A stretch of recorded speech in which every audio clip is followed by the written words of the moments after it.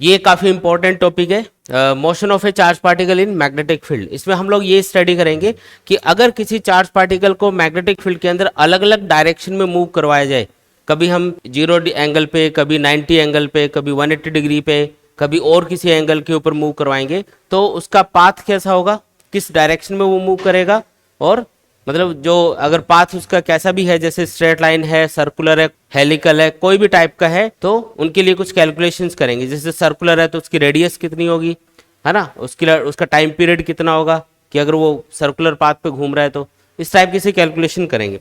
तो अगला जो टॉपिक है वो है motion of the charge particle in magnetic field.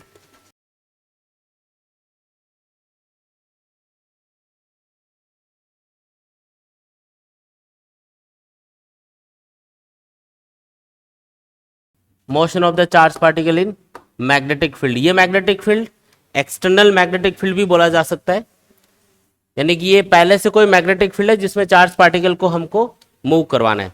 अलग अलग केस हो सकते हैं। पहला केस स्टडी करते हैं। सबसे पहला आसान केस, थीटा 0 या फिर 180 डिग्री हो, तो उस कंडीशन में जो चार्ज पार्टिकल है उसका पाथ कैसा होगा। थीटा किसके बीच का एंगल है, वेलोसिटी और मैग्नेटिक फील्ड के बीच का एंगल। सबसे आसान केस लेते हैं। देखो, मान लो कि ये कोई मैग्नेटिक फील्ड है और मैग्नेटिक फील्ड की जो डायरेक्शन है उसी डायरेक्शन के अलोंग एक चार्ज पार्टिकल मूव कर रहा है, उसी डायरेक्शन में मूव कर रहा है विद वेलोसिटी v। या हो सकता है कि उसके अपोजिट डायरेक्शन में मूव कर रहा हो विद वेलोसिटी v। इन दोनों केस में, पहले केस में देखो थीटा 0 डिग्री होगा, मैग्नेटिक फील्ड और वेलोसिटी की डायरेक्शन सेम है, तो थीटा कितना हुआ 0 डिग्री। सेकेंड केस में मैग्नेटिक फील्ड और वेलोसिटी अपोजिट आ गए, तो थीटा हो गया 180 डिग्री। आपको ये बताना है कि इन दोनों सिचुएशन में चार्ज पार्टिकल पे फोर्स कितना लगेगा और उसका पाथ कैसा होगा, किस डायरेक्शन में कैसे मूव करेगा।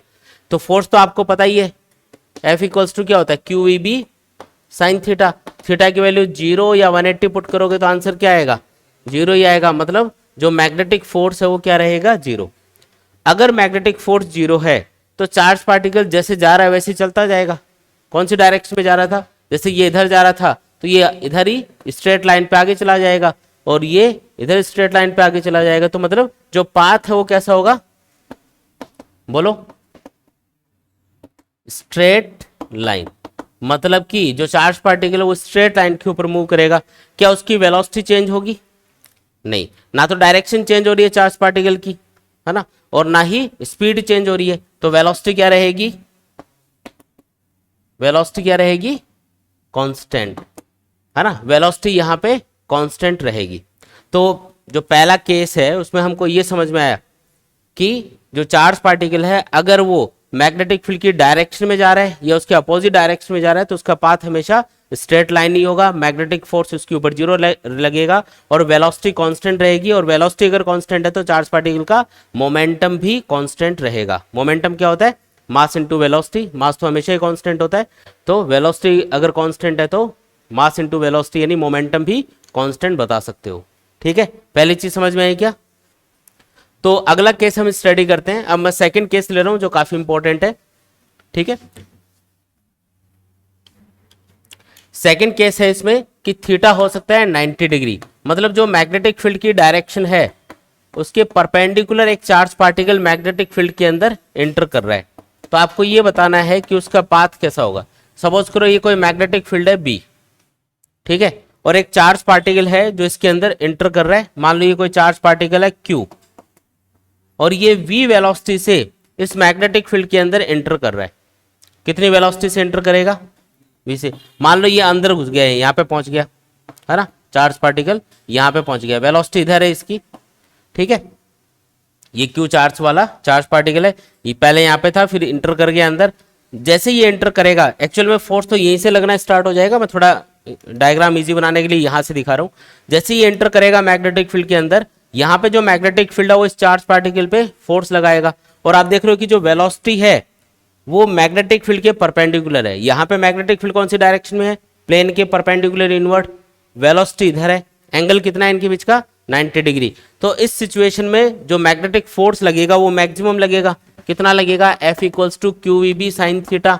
थीटा की वैल्यू कितनी पुट करेंगे, 90। तो फोर्स कितना आएगा, क्यू वी बी। ये मैग्नेटिक फोर्स इस पे लगेगा। डायरेक्शन बताओ, तो डायरेक्शन कैसे चेक करनी है, वेलोसिटी और मैग्नेटिक फील्ड, वेलोसिटी और मैग्नेटिक फील्ड इनका क्रॉस प्रोडक्ट करो। देखो राइट हैंड को इधर से इधर लेके जाना है, V से B की तरफ, तो ऐसे घूमेंगी फिंगर्स, थंब किधर गया, ऊपर की तरफ। इसका मतलब जो फोर्स लगेगा ये कौन सा फोर्स है, मैग्नेटिक फोर्स। किधर लग रहा है, ये ऊपर की तरफ लग रहा है। तो चार्ज पार्टिकल ऊपर की तरफ मुड़ जाएगा, है ना। ये जो चार्ज पार्टिकल है ये ऊपर की तरफ मुड़ जाएगा ऐसे, और यहां पे पहुंच जाएगा। ठीक है, यहां पे पहुंच गया चार्ज पार्टिकल, वेलोसिटी ऊपर की तरफ अभी इसकी, ये ऊपर की तरफ मुड़ा और यहां पे पहुंच गया। यहां पे हमने वापस से चेक किया। अच्छा एक चीज नोटिस करो यहाँ पे कि जो वेलोसिटी है चार्ज पार्टिकल की उसके परपेंडिकुलर फोर्स लग रहा है ये। तो अगर मैं इस फोर्स का कंपोनेंट करूं वेलोसिटी के अलोंग तो क्या आएगा, F cos 90। थीटा से जुड़ा हुआ कंपोनेंट क्या होता है, cos। तो फोर्स और वेलोसिटी के बीच का एंगल कितना है यहाँ पे, 90। तो F cos 90 आएगा ये। F cos 90 कितना होता है, 0। इसका मतलब फोर्स का कोई भी कंपोनेंट वेलोसिटी के अलोंग नहीं आ रहा। अगर वेलोसिटी के अलोंग, है ना, कोई भी फोर्स का कंपोनेंट नहीं है, इसका मतलब जो स्पीड है वो चेंज नहीं होगी, पार्टिकल की स्पीड चेंज नहीं होगी। क्यों, क्योंकि स्पीड चेंज करने के लिए जरूरी है कि जिस डायरेक्शन में पार्टिकल जा रहा है या तो उस डायरेक्शन में फोर्स लगे, है ना, और अगर स्पीड कम करनी है तो उसके अपोजिट डायरेक्शन में फोर्स लगे जिस डायरेक्शन में वो जा रहा है। यहाँ तो फोर्स लग ही नहीं रहा है, जो वेलोसिटी है उस डायरेक्शन में फोर्स का कोई भी कंपोनेंट नहीं आ रहा, इसका मतलब फोर्स लगेगा ही नहीं इसके ऊपर। फोर्स लगेगा लेकिन वेलोसिटी के अलोंग नहीं लगेगा, मतलब वेलोसिटी के अलोंग फोर्स का कोई भी कंपोनेंट नहीं आ रहा, मतलब स्पीड चेंज होगी या नहीं होगी, नहीं होगी। लेकिन क्योंकि ये फोर्स डायरेक्शन चेंज कर रहा है तो स्पीड तो चेंज नहीं हो रही लेकिन डायरेक्शन चेंज हो गई, तो हम बोलेंगे वेलोसिटी चेंज हो रही है। क्यों, क्योंकि वेलोसिटी क्या होता है, वेक्टर क्वांटिटी होती है, अगर डायरेक्शन चेंज होगी तो वेलोसिटी को चेंज होते हुए माना जाएगा कि यहाँ पे वेलोसिटी चेंज हो रही है। तो चार्ज पार्टिकल यहाँ पे पहुंच गया, ठीक है, समझ में आ रहा है कि यहाँ पे पहुंचा। तो वापस से हमने जो V क्रॉस B वाला फॉर्मूला वो लगा के चेक किया कि फोर्स कौन सी डायरेक्शन में लग रहा होगा। तो V क्रॉस B से देखो V ऊपर है, B इनवर्ड है, V क्रॉस B ऐसे करोगे तो थंब इधर जाएगा, इसका मतलब जो फोर्स लग रहा होगा वो इधर लगेगा। अगर इधर फोर्स लग रहा है चार्ज पार्टिकल पे तो इसकी डायरेक्शन क्या हो जाएगी, चेंज, ये इधर आ जाएगा। मान लो यहाँ पे पहुंच गया, है ना, यहाँ पे पहुंचा चार्ज पार्टिकल, अब वेलोसिटी इधर है इसकी, है ना, ये चार्ज पार्टिकल यहाँ पे पहुंच गया, वेलोसिटी इधर है। अब वापस से V क्रॉस B करके चेक करो, हर एक इंस्टेंट पे V क्रॉस B से डायरेक्शन पता करेंगे, जैसे यहाँ पे पता करी थी, यहाँ पे पहुंचा तो V क्रॉस B से डायरेक्शन अब डाउनवर्ड आएगी, मतलब ये नीचे की तरफ मुड़ेगा। अब इस पे जो फोर्स लग रहा है वो किधर लग रहा है, नीचे। फोर्स कितना लग रहा है, इतना, है ना, और ये नीचे की तरफ लग रहा है, तो ये नीचे की तरफ आएगा ऐसे। यहाँ पे पहुंचा, यहाँ पे जैसे ये चार्ज पार्टिकल पहुंचा इसकी वेलोसिटी किधर है, नीचे की तरफ। अब वापस से चेक करो, V नीचे, B inward, V cross B करोगे, देखो V नीचे है, V किधर है, नीचे। जैसे ये मान लो ये तो V हो गया, V नीचे की तरफ है, B इनवर्ड है तो ये हो गया B, समझ रहे हो, V नीचे है, B इनवर्ड है, तो आप ऐसे घुमाओगे राइट हैंड फिंगर्स को, थंब इधर जा रहा होगा, इसका मतलब जो फोर्स लगेगा वो इधर लगेगा, ये मैग्नेटिक फोर्स की डायरेक्शन होगी, तो चार्ज पार्टिकल ऐसे घूम जाएगा और घूम के वापस वहीं पे पहुंच गया जहां से इसने चलना स्टार्ट किया था। आपने देखा चार्ज पार्टिकल जहां से चलना स्टार्ट कर रहा है घूम के वापस वहीं पे आ जाता है। तो ये वाला जो पाथ है इसको क्या बोलोगे आप, क्या बोलते हैं इसको, इसको हम बोलते हैं सर्कुलर पाथ। तो ये जो पाथ होगा ये होगा, पाथ कैसा होगा, सर्कुलर। तो पहली चीज ये याद रखेंगे कि जब भी कोई चार्ज पार्टिकल मैग्नेटिक फील्ड के परपेंडिकुलर मैग्नेटिक फील्ड में एंटर करेगा कभी भी, तो उसका पाथ हमेशा कैसा रहेगा, सर्कुलर। सर्कुलर पाथ के ऊपर वो मूव कर रहा होगा। तो सर्कुलर पाथ पे अगर ये मूव कर रहा है तो इस पाथ की रेडियस क्या होगी और इसका टाइम पीरियड कितना होगा, कितने टाइम में एक चक्कर कंप्लीट कर लेगा ये, उसको क्या बोलते हैं, टाइम पीरियड। पहले रेडियस कैलकुलेट करेंगे। अब एक चीज बताओ कि अगर कोई भी चार्ज पार्टिकल सर्कुलर मोशन कर रहा है या कोई भी पार्टिकल हो सर्कुलर मोशन कर रहा है तो उसके लिए क्या जरूरी कंडीशन होती है। अगर कोई भी पार्टिकल सर्कुलर मोशन कर रहा है तो उसके लिए जरूरी कंडीशन क्या होती है, मतलब क्या होना चाहिए, कम से कम ये तो होना ही होना चाहिए तभी सर्कुलर मोशन होगा। अगर कोई भी पार्टिकल सर्कुलर मोशन कर रहा है तो उस पर सेंट्रीपेटल फोर्स लगना जरूरी होता है। सेंट्रीपेटल फोर्स किसको बोलते हैं, सर्कुलर पाथ के सेंटर की तरफ लगने वाले फोर्स को। ठीक है, एक पत्थर को आप रस्सी से बांध के घुमा रहे हो ऐसे ऐसे, तो उस रस्सी में जो टेंशन फोर्स होगा जो कि पत्थर से आपकी तरफ होगा, वो ऐसे घुमाओगे तो स्ट्रिंग के अंदर, तो वो एक सेंट्रीपेटल फोर्स की तरह काम करता है। जो टेंशन फोर्स होता है ना स्ट्रिंग में, वो एक सेंट्रीपेटल फोर्स की तरह काम करता है। अर्थ के चारों तरफ मून घूम रहा है ना, अर्थ के चारों तरफ मून चक्कर लगा रहा है, तो मून पे जो अर्थ की वजह से ग्रेविटेशनल फोर्स लग रहा होगा वो किसकी तरह काम कर रहा होगा, सेंट्रीपेटल फोर्स की तरह। वैसे ही यहां पे देख के बताओ इस डायग्राम में कि इस डायग्राम के अंदर इस चार्ज पार्टिकल का अगर सर्कुलर मोशन हो रहा है तो इस पे जो सेंट्रीपेटल फोर्स लग रहा है वो कौन प्रोवाइड कर रहा है इसको, ये मैग्नेटिक फोर्स। ये मैग्नेटिक फोर्स की डायरेक्शन देखो हर बार किधर आ रही है, सेंटर की तरफ आ रही है। इसका मतलब ये जो मैग्नेटिक फोर्स है ये किसकी तरह काम कर रहा होगा, यहाँ पे सेंट्रीपेटल फोर्स की तरह काम कर रहा होगा। मतलब मैं लिख सकता हूं कि जो मैग्नेटिक फोर्स है वो बराबर होगा सेंट्रीपेटल फोर्स की। यहां पे जो मैग्नेटिक फोर्स है वो सेंट्रीपेटल फोर्स की तरह काम कर रहा है, ठीक है ना। तो मैग्नेटिक फोर्स का फॉर्मूला है Q इंटू वी बी, ठीक है। और सेंट्रीपेटल फोर्स कितना, इसका फॉर्मूला होता है mv स्क्वायर अपॉन आर। कोई भी पार्टिकल हो अगर वो सर्कुलर मोशन कर रहा है तो उस पर सेंट्रीपेटल फोर्स जो भी लगता है उसका फॉर्मूला क्या होता है, mv स्क्वायर अपॉन आर। देखो v की वैल्यू दोनों साइड में कैंसिल, v कैंसिल एक, ठीक है। तो r इक्वल्स टू क्या बन गया, mv अपॉन क्यूबी। तो ये अपने पास क्या चीज आ गई, ये आ गई radius of the circular path. मतलब इस सर्कुलर पाथ की रेडियस ये रहेगी mv अपॉन क्यूबी। अब फॉर्मूला देख के बताओ कि radius of the circular path किस चीज पे डिपेंड करेगी।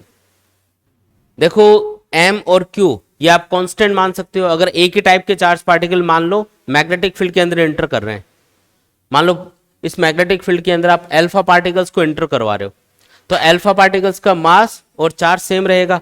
मैग्नेटिक फील्ड यहाँ पे कांस्टेंट है, जो भी है यूनिफॉर्म मैग्नेटिक फील्ड यूज कर रहे हो तो बी भी कांस्टेंट है। तो वेलोसिटी और आर ये दोनों क्या होंगे, डायरेक्टली प्रोपोर्शनल होंगे। मतलब जितनी ज्यादा स्पीड से कोई भी चार्ज पार्टिकल मैग्नेटिक फील्ड में एंटर करेगा उसके पाथ की रेडियस उतनी ही ज्यादा होगी। मतलब radius is directly proportional to v. समझ में आई क्या बात। लेकिन अगर अलग अलग टाइप के चार्ज पार्टिकल इस मैग्नेटिक फील्ड में एंटर कर रहे हैं, कभी प्रोटॉन आ रहा है, कभी न्यूट्रॉन आ रहा है, कभी अल्फा पार्टिकल आ रहा है, तो फिर मास के ऊपर भी और चार्ज के ऊपर भी और वेलोसिटी के ऊपर भी रेडियस डिपेंड करेगी। भाई मैं बोलूँ कि दो अल्फा पार्टिकल हैं तो उनके लिए तो Q और B, Q और M सेम हो गया। लेकिन एक न्यूट्रॉन है और एक अल्फा पार्टिकल है तो ये अलग अलग चार्ज पार्टिकल होते हैं, तो उनका मास भी अलग होता है, चार्ज भी अलग होता है। तो उस कंडीशन में क्या करोगे, उस कंडीशन में आपको M और Q की वैल्यू भी देखनी पड़ेगी कि किसकी ज़्यादा है किसकी कम है। उसके अकॉर्डिंग फिर रेडियस आएगी अपने पास कि किसकी ज़्यादा रहेगी किसकी कम रहेगी, ठीक है ना। तो वो चीज़ ध्यान रखनी है। अब हम एक चीज़ और कैलकुलेट कर लेते हैं इसमें, और वो चीज़ है कि टाइम पीरियड कितना होगा। टाइम पीरियड कैलकुलेट करना बिल्कुल आसान है। हमने बोला भी जब चार्ज पार्टिकल सर्कुलर मोशन कर रहा है तो इसकी स्पीड तो चेंज हो ही नहीं रही है, हो रही है क्या, इसकी स्पीड चेंज हो ही नहीं रही है। तो स्पीड अगर कांस्टेंट है, अगर पार्टिकल कांस्टेंट स्पीड से सर्कुलर मोशन कर रहा है तो बताओ एक चक्कर में ये कितना डिस्टेंस कवर करेगा, 2 पाई आर। और जो टाइम है जो इसको लगेगा एक कंप्लीट चक्कर पूरा करने में, उस टाइम को कैलकुलेट करने के लिए आप सिंपल फॉर्मूला यूज कर सकते हो, time equal to distance upon speed, है ना। डिस्टेंस कितनी है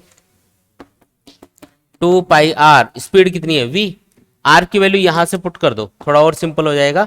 t equals to 2 pi upon v into ये क्या है mv अपॉन qb, क्या आएगा v से v cancel, t equals to आएगा 2 पाई m अपॉन qb। ये अपने पास में क्या आ गया, टाइम पीरियड आ गया। अब देख के बताओ कि टाइम पीरियड किन किन चीजों पे डिपेंड करेगा। टाइम पीरियड किन किन चीजों पे डिपेंड कर रहा है। Q और M तो आप कांस्टेंट मान सकते हो एक ही टाइप के चार्ज पार्टिकल्स के लिए। B भी यहाँ पे कांस्टेंट है, जो भी आप मैग्नेटिक फील्ड यूज करो, मतलब ये पूरा ही कांस्टेंट हो गया।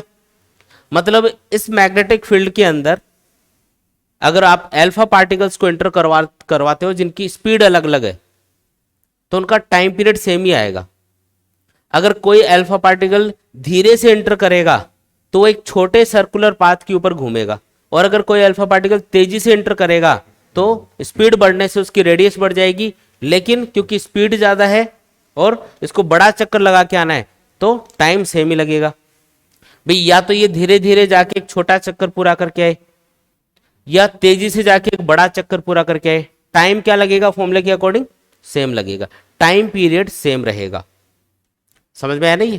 तो चार्ज पार्टिकल अगर एक ही टाइप के हैं तो उनकी स्पीड के ऊपर टाइम पीरियड डिपेंड नहीं करता, स्पीड कुछ भी रहे टाइम पीरियड सेम ही रहेगा, रेडियस डिपेंड करेगी। लेकिन फ्रीक्वेंसी पूछ सकता है आपको कि बताओ चार्ज पार्टिकल की फ्रीक्वेंसी क्या होगी सर्कुलर मोशन करने की, तो फ्रीक्वेंसी क्या होती है, फ्रीक्वेंसी क्या होती है, टाइम पीरियड का जो रेसिप्रोकल है उसी को हम क्या बोलते हैं, फ्रीक्वेंसी। क्या हो जाएगी frequency, Q B upon 2 pi M. तो कैलकुलेट कर सकते हो। आया कि नहीं आया? क्या क्या चीजें याद रखोगे इसके बारे में? जब भी कोई चार्ज पार्टिकल किसी भी मैग्नेटिक फील्ड के परपेंडिकुलर इंटर करता है तो उसका पाथ हमेशा कैसा होगा, सर्कुलर होगा। उसका जो टाइम पीरियड है वो कितना होगा, 2 pi M upon Q b, और उसके सर्कुलर पाथ की रेडियस कितनी होगी, r equals to m v upon Q b. Frequency कितनी होगी, तो फ्रीक्वेंसी टाइम पीरियड का उल्टा होता है, मतलब फ्रीक्वेंसी हो जाएगी Q B upon 2 pi M. इस तरीके से कैलकुलेट कर सकते हो, बिल्कुल आसान है ये तो।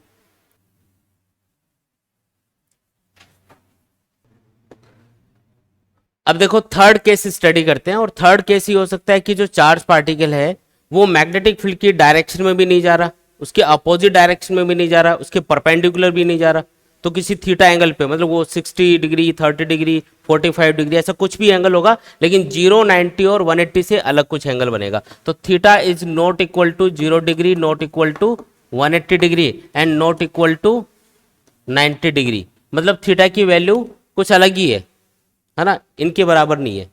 तो फिर चार्ज पार्टिकल कैसे मूव करेगा, उसका पाथ कैसा होगा, वो सारी बातें अपन स्टडी करते हैं।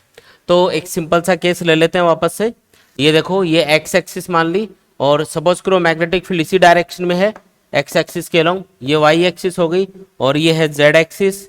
यहाँ पे चार्ज पार्टिकल शुरुआत में ओरिजिन के ऊपर है, चार्ज पार्टिकल पे चार्ज है क्यू, और ये जो चार्ज पार्टिकल है ये सपोज करो एक्स एक्सिस से थीटा एंगल के ऊपर इस तरीके से v वेलोसिटी से मूव कर रहा है। तो इस बार जो थीटा है वो ना तो 0 है, ना 90 है, ना 180 है, ये मैग्नेटिक फील्ड की डायरेक्शन से किसी थीटा एंगल के ऊपर जा रहा है। अच्छा, कौन से प्लेन में ये मूव कर रहा है, तो ये बोर्ड वाले प्लेन में है, तो ये हो गया x y plane, x y plane में जा रहा है ये, ठीक है। अब ये जो मोशन है चार्ज पार्टिकल का, इसको स्टडी करने के लिए हम क्या करेंगे, इस वेलोसिटी के दो कंपोनेंट्स कर लेंगे। कितने कंपोनेंट करेंगे, दो। कौन कौन से कंपोनेंट होंगे, तो वेलोसिटी का एक कंपोनेंट तो आएगा एक्स एक्सिस के अलोंग थीटा से जुड़ा हुआ, इधर क्या आएगा, ये v cos थीटा, और दूसरे वाला कंपोनेंट क्या आएगा बताओ, ये आएगा v sin थीटा। ये तो सबको आता है भी, कंपोनेंट करने हम सबको आते हैं। वेलोसिटी से जुड़ा हुआ, जो थीटा से जुड़ा हुआ जो कंपोनेंट है वो होगा v cos थीटा, और दूसरे वाला कंपोनेंट क्या होगा, v sin थीटा।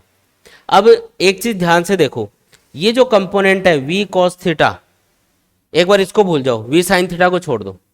मान लो charge particle v cos theta velocity से x एक्सिस के अलोंग जा रहा है, तो इसकी जो वेलोसिटी है वो मैग्नेटिक फील्ड की डायरेक्शन में आ गई, और हमको पता है कि अगर कोई भी चार्ज पार्टिकल मैग्नेटिक फील्ड की डायरेक्शन में जा रहा होता है तो उस पर कोई भी मैग्नेटिक फोर्स नहीं लगता, और उसका पाथ कैसा होता है, स्ट्रेट लाइन। तो ये वाला जो कंपोनेंट है वेलोसिटी का, इसकी वजह से पाथ कैसा होगा, स्ट्रेट लाइन। ये चीज समझ में आई ना भाई, ये जो वेलोसिटी है ये मैग्नेटिक फील्ड की डायरेक्शन में है, मैग्नेटिक फील्ड किधर है, एक्स एक्सिस के अलोंग है, थीटा 0 हो गया ना, इसके लिए वेलोसिटी और मैग्नेटिक फील्ड के बीच का एंगल हो गया 0 डिग्री। लिख देते हैं, देखो थीटा यहाँ पे 0 डिग्री है, इसलिए पाथ कैसा होगा, स्ट्रेट लाइन। लेकिन इस वाले कंपोनेंट को देखो, ये वाला जो कंपोनेंट है, अब इसको भूल जाओ एक बार, छोड़ दो इसको, है ही नहीं, ये ऐसा मान लो। Charge particle v sin theta velocity से ऊपर जा रहा है, मैग्नेटिक फील्ड इधर है, तो दोनों के बीच में एंगल कितना हुआ, थीटा हुआ 90 डिग्री। उस कंडीशन में पाथ कैसा होता है, सर्कुलर। मतलब यहाँ पे वेलोसिटी के दो कंपोनेंट है, एक तो है v cos थीटा और एक क्या है, v sin थीटा, और दोनों ही अपना अपना भी जो रोल है वो प्ले करेंगे। यहाँ पे एक कंपोनेंट क्या करेगा, इसको आगे खींचेगा, ऐसे स्ट्रेट लाइन पे मूव करवाएगा, और ये वाला कंपोनेंट क्या करेगा, इसको सर्कुलर पाथ पे घुमाएगा। अब दोनों काम एक साथ होंगे, जो पाथ बनेगा ना वो इस टाइप का बनेगा जिसमें सर्कुलर मोशन होता हुआ भी दिखाई देगा और ये आगे चलता हुआ भी दिखाई देगा। अच्छा, आगे चलने की वेलोसिटी क्या होगी, v cos थीटा, क्योंकि ये वाला कंपोनेंट सिर्फ इसको आगे लेके जा रहा है, और घूमने की वेलोसिटी क्या होगी, v sin थीटा, क्योंकि ये वाला कंपोनेंट घुमा रहा है इसको। बात समझ में आए ना। तो अगर हमें जैसे ये पूछा जाए कि सर्कुलर मोशन की वेलोसिटी क्या है, तो होगी v sin थीटा, और लीनियर मोशन जो हो रहा है यहाँ पे आगे की तरफ ये जो जा रहा है, इसकी वेलोसिटी क्या है, v cos थीटा। तो दोनों का मिला जुला जो इफेक्ट इस पे होगा वो इस टाइप का होगा कि ये जो चार्ज पार्टिकल है ये एक स्प्रिंग जैसे पाथ के ऊपर मूव करेगा, जिसको बोलते हैं हेलिकल पाथ। कौन सा पाथ बोलते हैं, हेलिकल पाथ, देखो इसका पाथ ऐसा होगा कुछ इस टाइप के पाथ के ऊपर ये मूव कर रहा होगा, ऐसे समझ रहे हो, ऐसे सर्कुलर मोशन करता हुआ ये आगे भी जा रहा होगा, दोनों काम एक साथ होंगे। तो ये वाला जो पाथ है इसको हम क्या बोलते हैं, नाम याद रखना, ये पूछा जाता है एग्जाम में, हेलिकल पाथ। हेलिकल पाथ के ऊपर चार्ज पार्टिकल मूव करेगा, कौन से पाथ के ऊपर मूव करेगा, हेलिकल पाथ के ऊपर चार्ज पार्टिकल मूव कर रहा होगा। ठीक है जी, ये चीज समझ में आ गई अपन को। अब हम कैलकुलेट करेंगे कि इस हेलिकल पाथ की रेडियस क्या होगी, इसका टाइम पीरियड कितना होगा, और ये एक चक्कर में कितना डिस्टेंस आगे चला जाएगा। तीन चीजें कैलकुलेट करनी है इस पर। पहली चीज क्या होगी, radius of the helical path, helical path की रेडियस क्या होगी। तो रेडियस कैलकुलेट करने के लिए वही तरीका काम में लेना है जो पहले लिया था।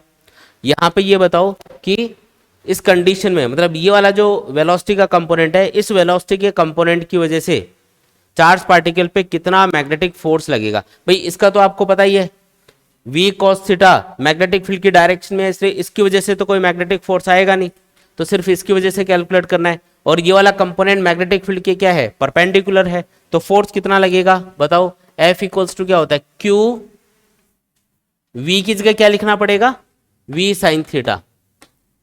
भाई फॉर्मूला होता है QVB साइन थीटा, Q लिखा मैंने, V की जगह V साइन थीटा लिया, B की जगह B आ जाएगा, और ये जो साइन थीटा होता है ये होता है angle between velocity and magnetic field, जो कि 90 डिग्री है। यहाँ पे वेलोसिटी और मैग्नेटिक फील्ड एक दूसरे के परपेंडिकुलर है, तो बताओ फोर्स क्या आएगा, QVB साइन थीटा के बराबर आएगा। मतलब इतना मैग्नेटिक फोर्स लग रहा होगा इसके ऊपर।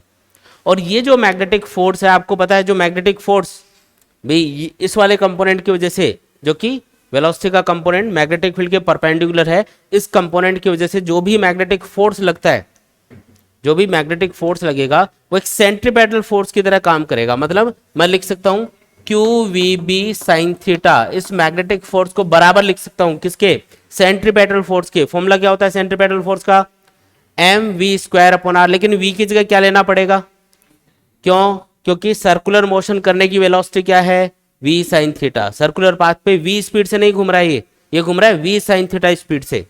तो m v साइन थीटा का स्क्वायर करेंगे divided by r, v sine theta एक उड़ जाएगा दोनों साइड में, r की वैल्यू क्या आएगी, mv sine theta upon qb। अरे क्या आएगी value, r equals to mv sine theta upon qb आएगी। तो ये अपने पास में रेडियस की वैल्यू आ गई, आया कि नहीं आया, ठीक है, बिल्कुल आसान।